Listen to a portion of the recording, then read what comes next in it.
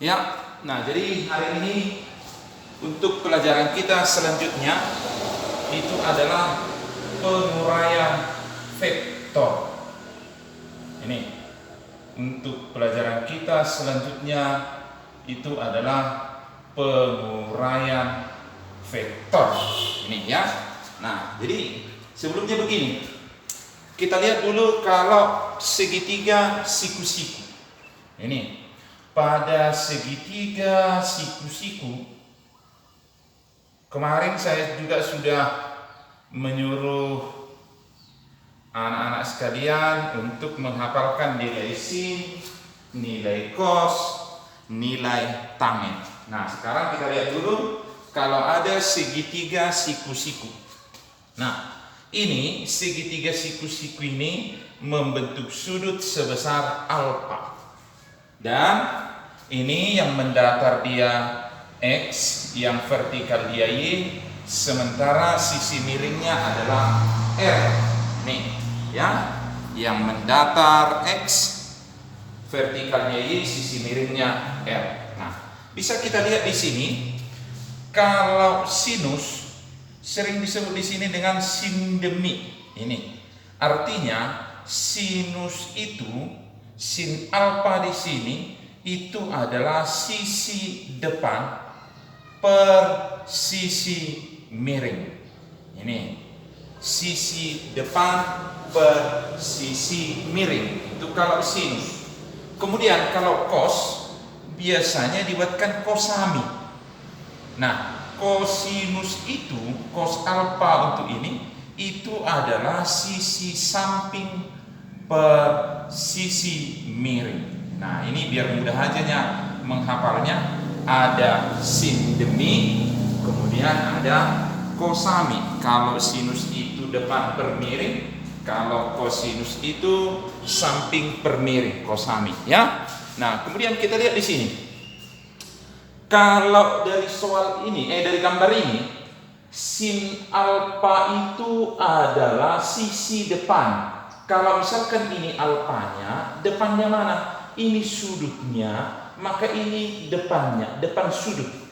Nah, itu kalau di sini sudutnya. Kalau di sini sudutnya, ini misalnya, berarti depan sudut, berarti di sini. Ini, sudah? Nah, jadi kalau sin alfa di sini depan, sisi depan itu adalah Y, per sisi miring pada segitiga ini adalah R. Ini. Nah, jadi itu untuk nilai sin. Sementara untuk cos alfa, kosami tadi, sampingnya itu berarti samping sudut ini yang mengapit sudut ini selain sisi miring, ya. Jadi ada X per miring berarti R. Ini. Nah, kemudian berikutnya, kalau dari sin alfa sama dengan Y per R. Sekarang kalau seandainya saya tanya, bagaimana mencari Y dari sini? Y berarti ini dengan ini dikali silang, kan gitu kan? Berarti sin alfa kali R, atau bisa saya balikan R kali sin alfa, sama ya. Nah, mencari Y, R kali sin alfa. Kalau di sini mencari X, berarti kali silang R kali cos alfa. Ini, ya. Nah, jadi mencari Y, R sin alfa, mencari R, mencari X, R cos alfa. Sekarang begini, biar mudah. Y itu di mananya sudut? Di depan. Kalau ditanya di depan, berarti Y. Kalau ditanya di depan, ingat di sini hanya dua yang saya terangkan, ada sinus dengan cos. Kalau ditanya di depan, berarti sinus. Karena kalau enggak depan, samping hanya dua. Kalau ditanya di depan, berarti sinus, miringnya R, maka miringnya kali sinus alfa. Ini. Sudah? Kalau ditanya di samping, X ini berarti cos, miringnya R, maka miringnya kali cos alfa. Nah, jadi kalau ditanya di depan tadi sinus, miringnya R, maka miringnya kali sinus alfa. Kalau ditanya di samping berarti kosinus, miringnya R, berarti R kali cos alfa. Nah, jadi seperti kita lihat, untuk soal nomor 1 disebutkan begini. ada sebuah vektor, yaitu vektor A.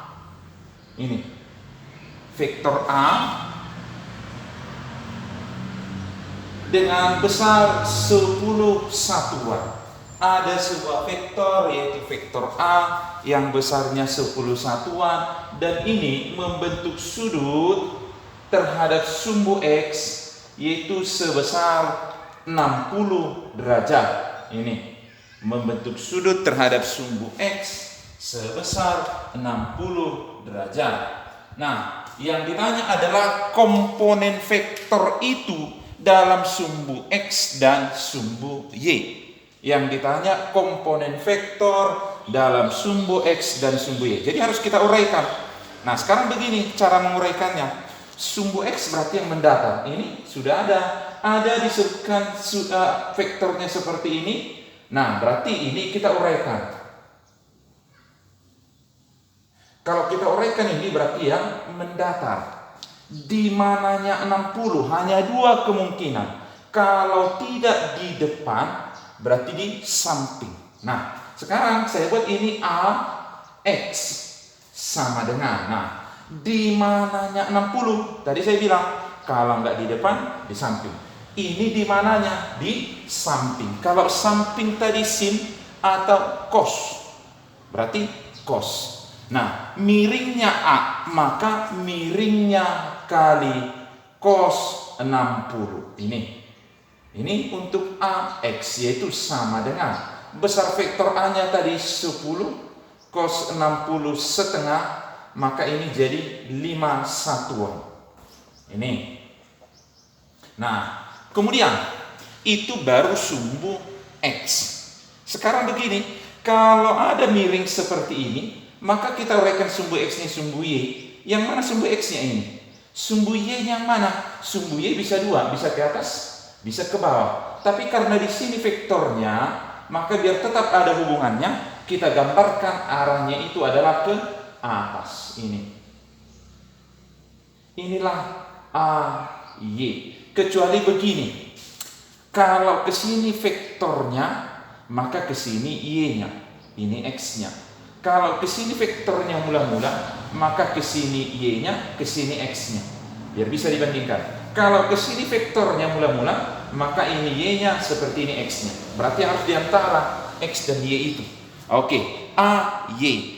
Nah, sekarang begini, kalau di sini 60, di dalam matematika ada sudut yang disebut dengan sudut berseberangan dalam. Kalau ini 60, maka di sini juga 60 derajat. Nah, maka AY sama dengan di mananya 60 AY itu, di mananya 60. Kalau nggak di depan tadi, di samping. Berarti ini di depan. Kalau depan tadi sin atau cos, sin. Miringnya A, berarti ini A sin 60 derajat. Sama dengan A besarnya tadi 10, sin 60 setengah akar 3, maka ini semuanya jadi 5 akar 3 satuan. Jadi inilah cara untuk mengerjakan soal nomor 1.